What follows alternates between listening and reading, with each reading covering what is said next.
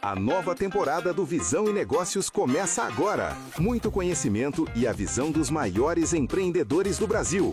Negócios inovadores e disruptivos que estão alavancando nosso país. Sob o comando de Janguié Diniz, nossa jornada se inicia no Nordeste do Brasil, com matérias especiais com grandes empresários que estão fazendo a diferença. Começa agora o Visão e Negócios.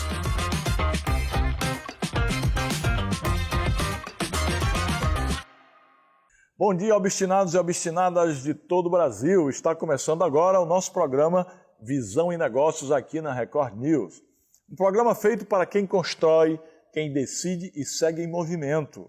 Aqui falamos de negócio, de inovação, de empreendedorismo, de educação, com foco em visão, estratégia e consistência, viu? Reunimos experiências reais, aprendizados práticos e reflexões que ajudam a enxergar oportunidades e tomar decisões com mais clareza. Esse aqui, Visão e Negócio, é um espaço para quem acredita no poder do conhecimento, para quem valoriza a informação bem aplicada, e para quem entende que crescimento é resultado de preparo e atitude. Logo, fique conosco. O programa Visão e Negócios começa agora.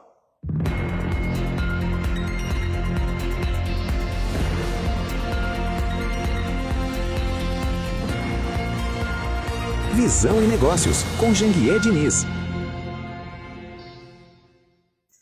Obstinados, no programa Visão e Negócios, a gente fala de estrutura, não só de ideias. E hoje o tema é modelagem. Você modelar aqueles que já caminharam o caminho árduo do sucesso e da prosperidade. Modelar é organizar processos, é definir caminhos, é estruturar um negócio para que ele funcione de forma previsível e escalável. Ao longo do programa, vamos entender como modelos bem definidos ajudam a transformar a intenção em execução e crescimento sustentável também, viu? No final do programa, eu volto com um insight especial para te ajudar a enxergar onde sua estrutura pode melhorar. Para começar, vamos conhecer a nossa convidada mais que especial aqui no quadro Empreendedores Obstinados.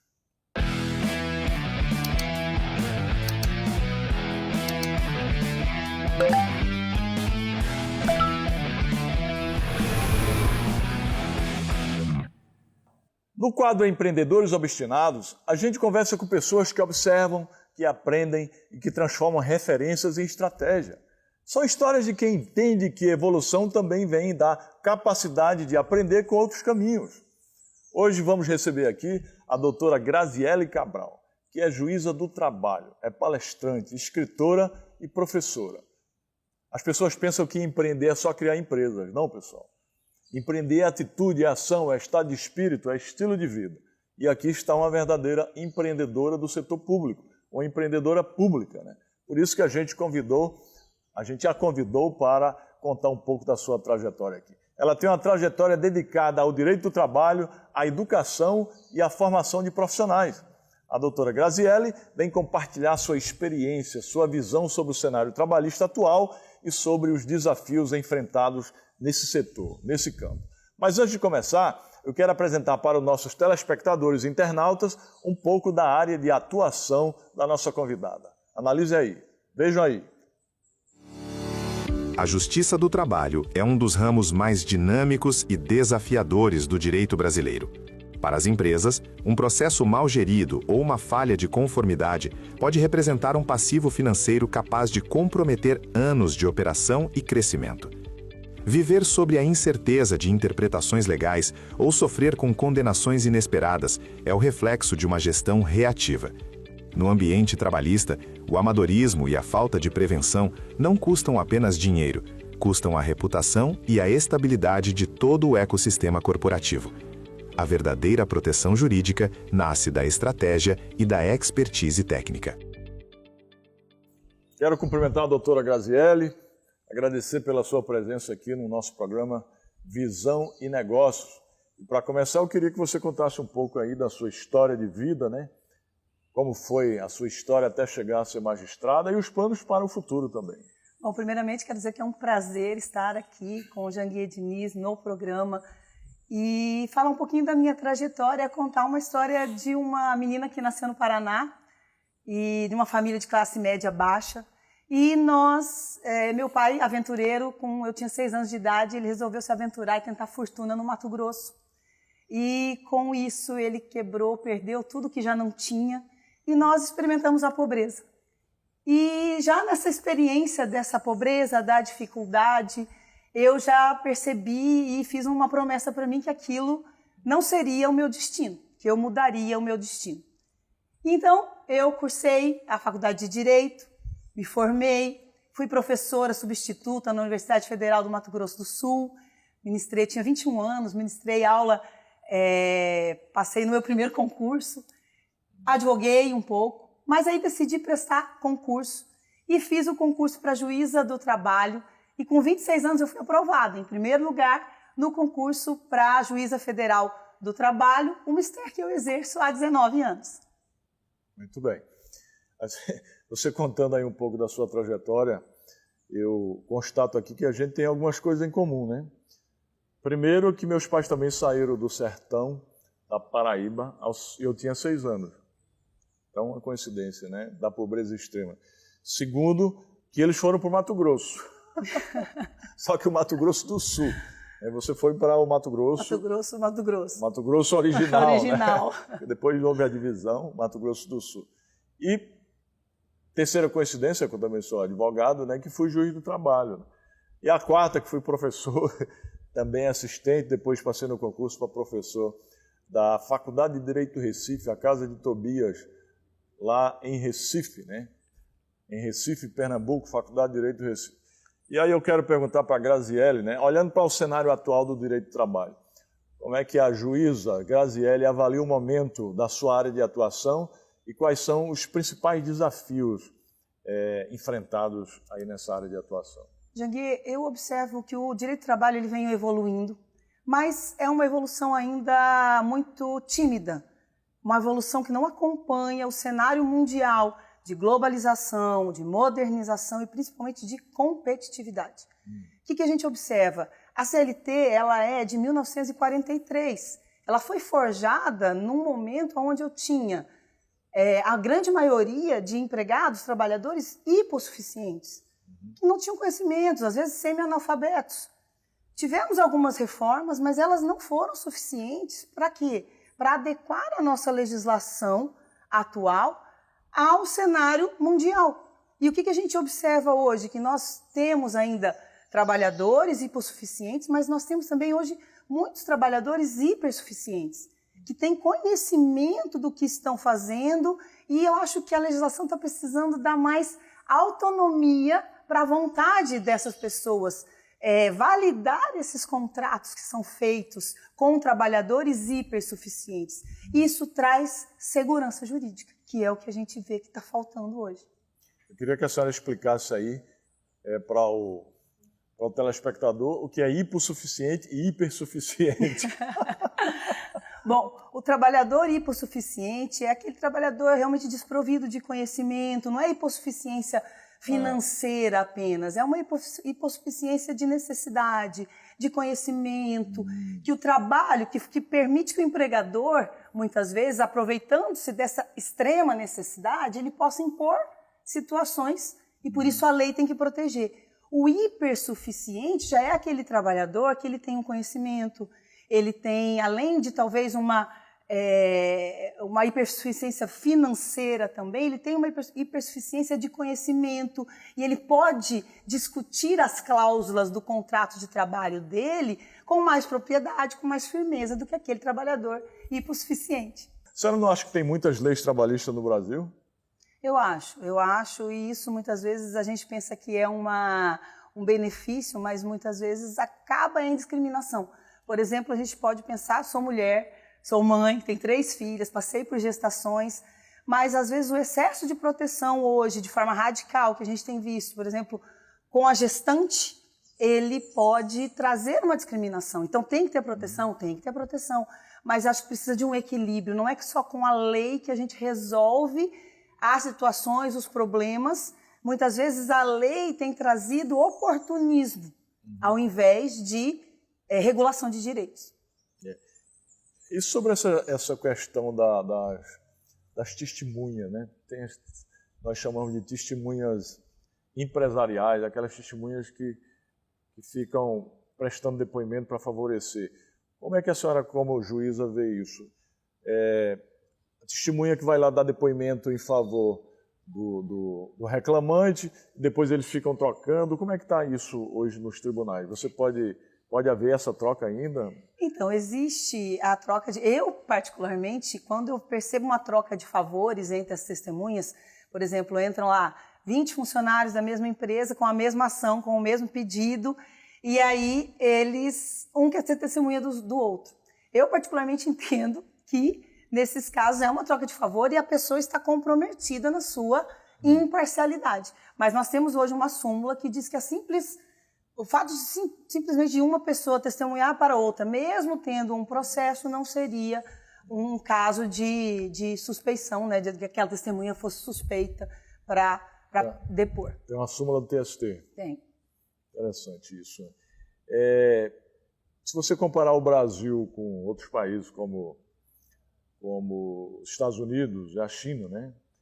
A China tem 1 bilhão e quase 500 milhões de pessoas. Nós temos 215 milhões, um pouco mais. E as reclamações trabalhistas aqui são muito mais superiores que nos Estados Unidos, que na China, que tem uma população... Aliás, acho que nos Estados Unidos não tem nem 10%, né, dessas causas. O que a senhora pensa sobre isso? Isso não é um entrave para o desenvolvimento empresarial, para o empreendedorismo empresarial que cria riqueza? Eu acredito que sim. O Brasil é campeão em números de reclamações trabalhistas, inclusive isso no mundo.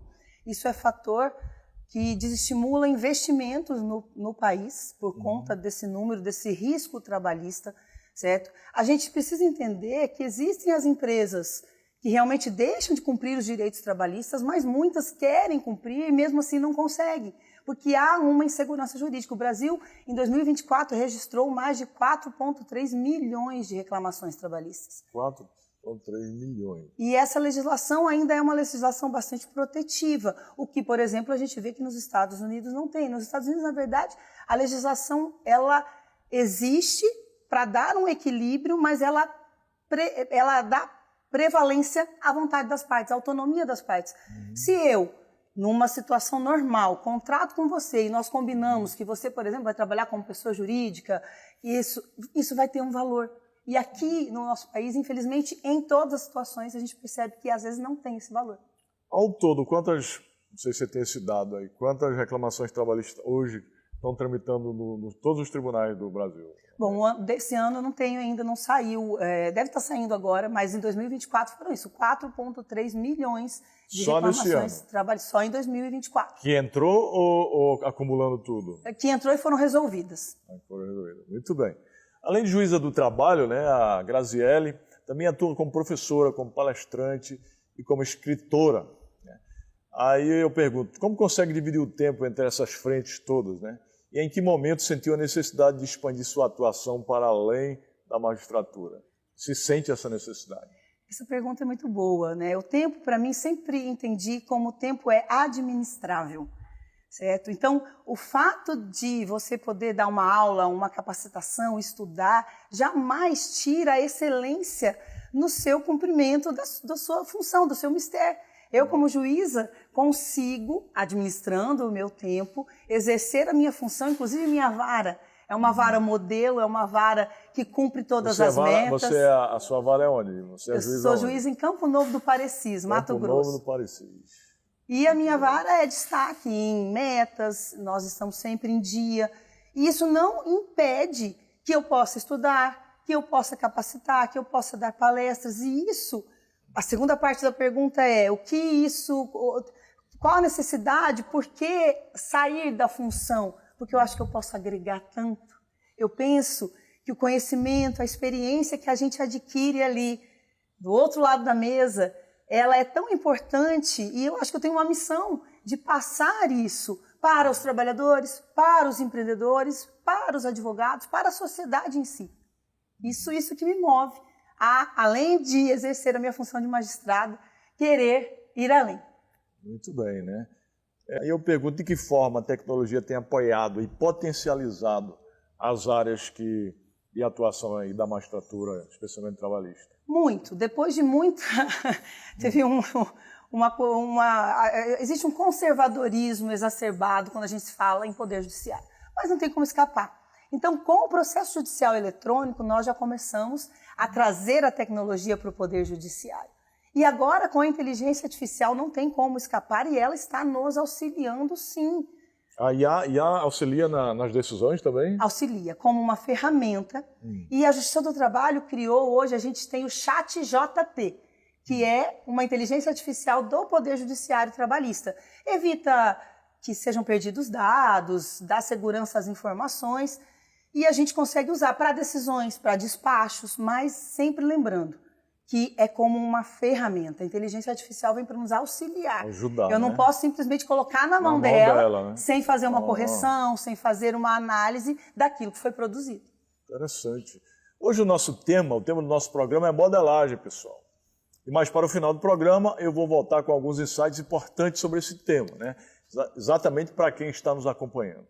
Mas eu quero saber da Graziele aqui, como observar, aprender e adaptar modelos de sucesso influenciaram suas decisões e o seu crescimento profissional. E vou mais além.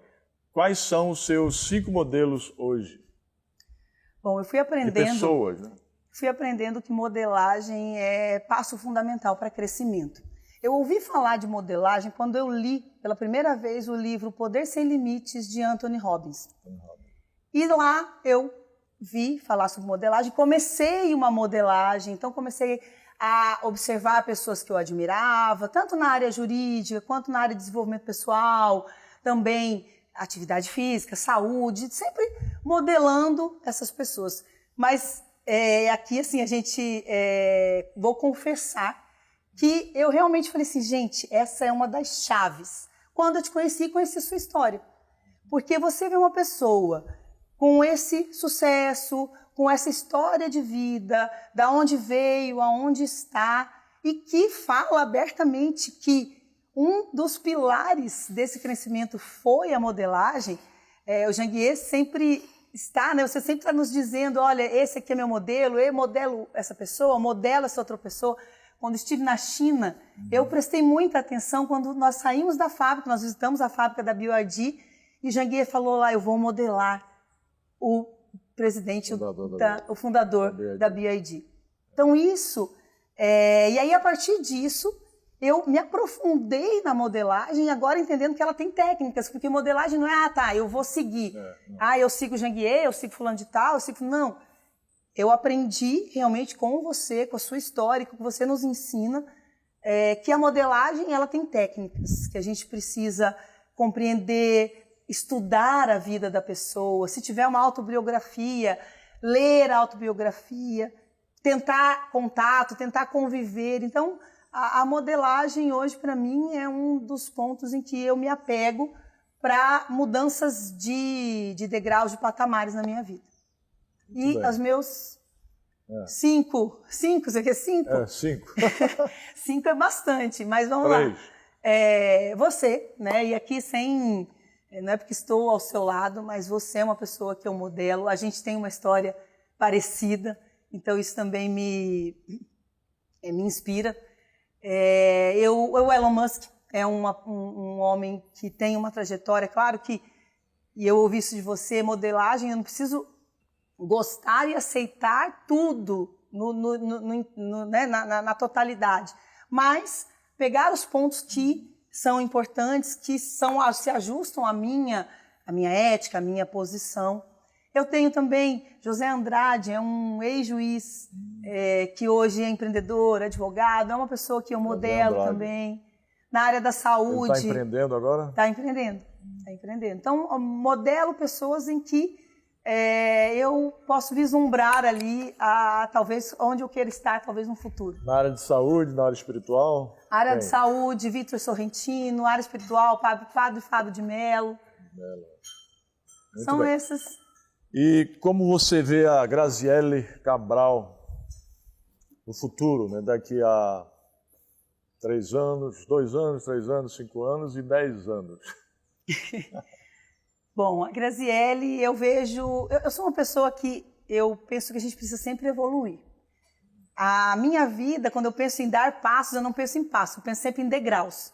Porque eu sempre penso que a gente tem metas, objetivos, a gente chega, e aí a gente tem o próximo degrau, que até isso que dá vida, né? Que dá empolgação. E a gente tem próximos degraus. Então, eu quero ser uma Graziele que vou ser, daqui 2 anos, 3 anos, 5 anos, uma Graziele que vai estar galgando degraus cada vez mais altos, subindo de níveis, conseguindo evoluir, crescer e também com o propósito de levar o meu conhecimento que eu adquiri em tantos anos de experiência, levar o meu conhecimento para outras pessoas, levar o meu propósito, essa inquietude que eu sinto dentro de mim para galgar esses outros degraus e alcançar patamares mais elevados do que atualmente hoje eu já tenho. Eu já alcancei vários objetivos, mas eu tenho tantos outros. Você quer ser ministra do TST, não? Desembargadora, ministra? Não penso não. Pensa. Não penso. Talvez... Desembargadora, ministra? Não. Talvez, de repente, alçar outros caminhos. Muito bem, né? Quero te agradecer, né, pela presença aqui no nosso programa, Visão e Negócio, pela sua história aí, pela sua experiência, por passar algumas lições aí de vida. Mas para encerrar, eu queria perguntar o seguinte, para aqueles que querem ser juízes, aqueles advogados que querem ser juízes, quais são as principais dicas? A minha dica é o seguinte, como tudo na vida, você tem que ter objetivo, metas, disciplina e dedicação, para tudo, não só para passar num concurso. Primeiro você precisa definir qual é a área de atuação que você quer. Eu quero ser juiz de trabalho, quero ser juiz federal, quero ser juiz estadual, procurador. Cada um tem uma maneira, um modo para se estudar, certo? Definindo isso, dedicação, disciplina, montar um programa de estudos, modelar pessoas que passaram pelo processo, fazer provas. Mesmo, não estou preparado, faz, porque aquilo ali vai ficar familiar para você, aquilo ali vai ser uma coisa que não vai mais te assustar. Muita gente sabe tudo, chega na hora da prova e fica em branco. Por quê? Porque aquele ambiente não era um ambiente conhecido. Então, essas seriam as dicas rápidas para quem pretende se aventurar aí no mundo dos concursos. Muito bem. E você que está nos acompanhando, fica com a gente ainda, viu? Porque daqui a pouco eu volto com um insight especial sobre o tema de hoje, que é modelagem. Seja obstinado que dá.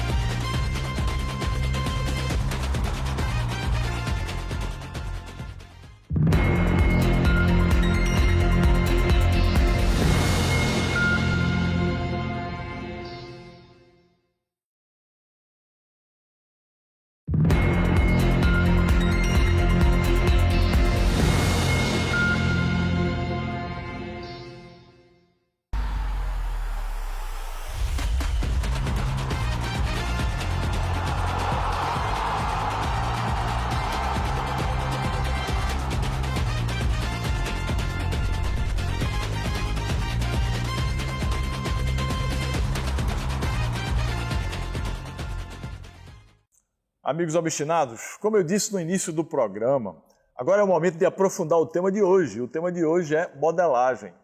E aqui é importante entender que modelar vai muito além de estrutura ou desenho de processos.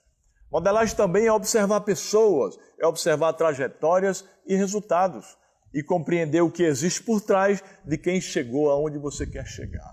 Modelar é estudar padrões de comportamento, decisões recorrentes e atitudes que se repetem em pessoas e organizações bem-sucedidas. É perceber como elas pensam, como reagem à pressão, como lidam com erros e como constroem consistência ao longo do tempo. Essa forma de modelagem não é cópia, é interpretação. É a capacidade de extrair princípios, valores e estratégias que funcionaram, adaptando tudo isso à sua própria realidade. É aprender com o caminho do outro sem perder identidade, sem abandonar a sua essência. Quando você passa a observar com intenção, deixa de agir no improviso e começa a tomar decisões mais conscientes.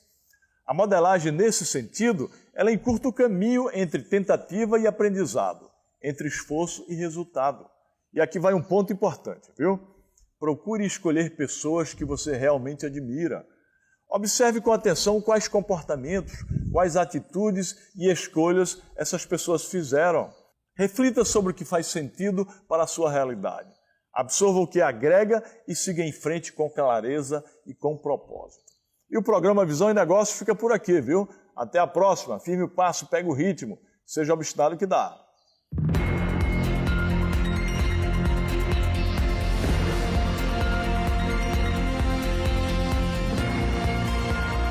Visão e Negócios.